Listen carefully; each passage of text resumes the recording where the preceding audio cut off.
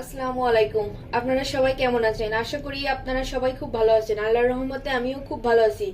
আজকে আমি আপনাদের সাথে শেয়ার করব সিমের বিচি রান্নার রেসিপি।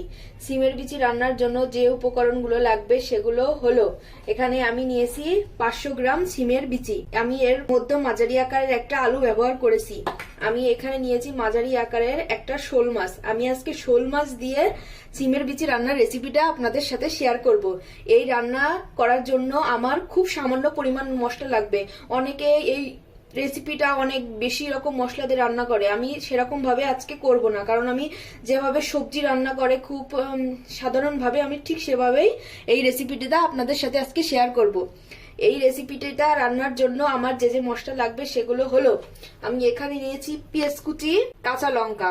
আমি এখানে শুধু আজকে কাঁচা লঙ্কাটাই ব্যবহার করব। আমি এখানে এই রান্নাটা আজকে কোনো রকম ভাবে শুকনো মরিচ ব্যবহার করব না। আমি এখানে নিয়েছি সাদা সরিষা বাটা আর জিরা বাটা, আর এখানে নিয়েছি অল্প একটু রসুন, 2টা দারচিনি আর 3টা এলাচ। এই মশলাগুলো দিয়ে আমি আজকে এই সিমের বিচি রান্নার রেসিপিটা আপনাদের সাথে শেয়ার করব।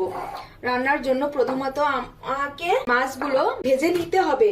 ভেজে নেওয়ার জন্য আমি এখানে নিয়েছি একটু লবণ আর একটু হলুদের গুঁড়া। এটা মাখিয়ে আমি মাছগুলো সুন্দর করে ভেজে নিব। আসেন, আমার মাছগুলো ভাজা শেষ। এ পর্যায়ে আমি একে একে একটা বাটিতে মাছগুলো উঠিয়ে নিব। আপনারা মাছগুলো বেশি কড়া করে ভাজবেন না, একটা মাঝারি সাইজের আছে, হালকা করে ভেজে নেবেন।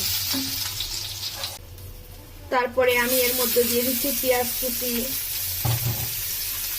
দিয়েছি এবার দিচ্ছি 2-3টা এলাচ আর দারচিনি দিয়ে আমি পেঁয়াজটা একটু ব্রাউন কালার করে নিব। এক্ষেত্রে আমি হালকা একটু লবণ দিব। আপনারা এই রান্নাটা বেশি তেলে রান্না করবেন না, কারণ এই রান্নাটা বেশি তেল লাগে না। এবার আমি এর মধ্যে কাঁচা লঙ্কা চিড়ে দিব, তারপরে একটু নেড়ে চেড়ে দিব।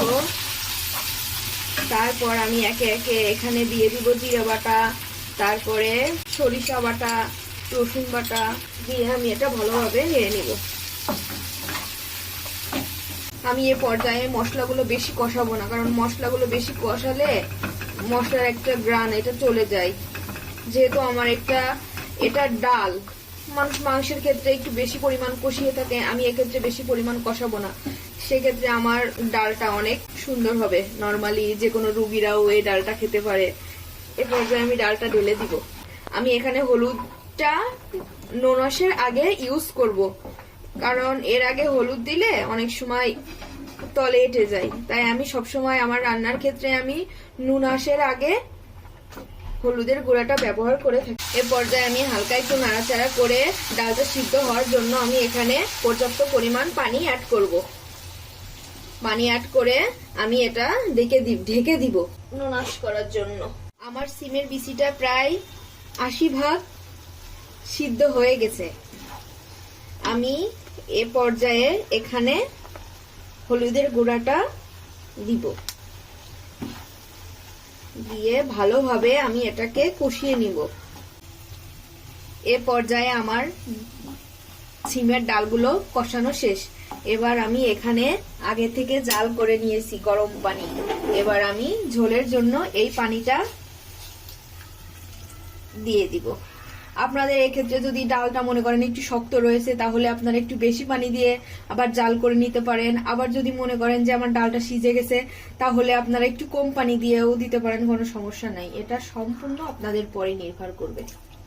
এই পর্যায়ে আমি ডালের ভিতরে আগে থেকে ভেজে রাখা মাছগুলো দিয়ে দিব।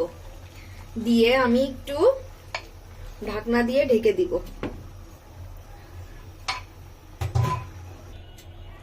বন্ধুরা, এ পর্যায়ে আমার সিমের ডাল দিয়ে শোল মাছের রান্নাটা শেষ। আপনারা এমন সুন্দর সুন্দর রান্নার রেসিপি পেতে অবশ্যই আমার চ্যানেলটি সাবস্ক্রাইব এবং লাইক কমেন্টস দিয়ে আপনারা আমার পাশে থাকবেন। ধন্যবাদ আপনাদের সবাইকে।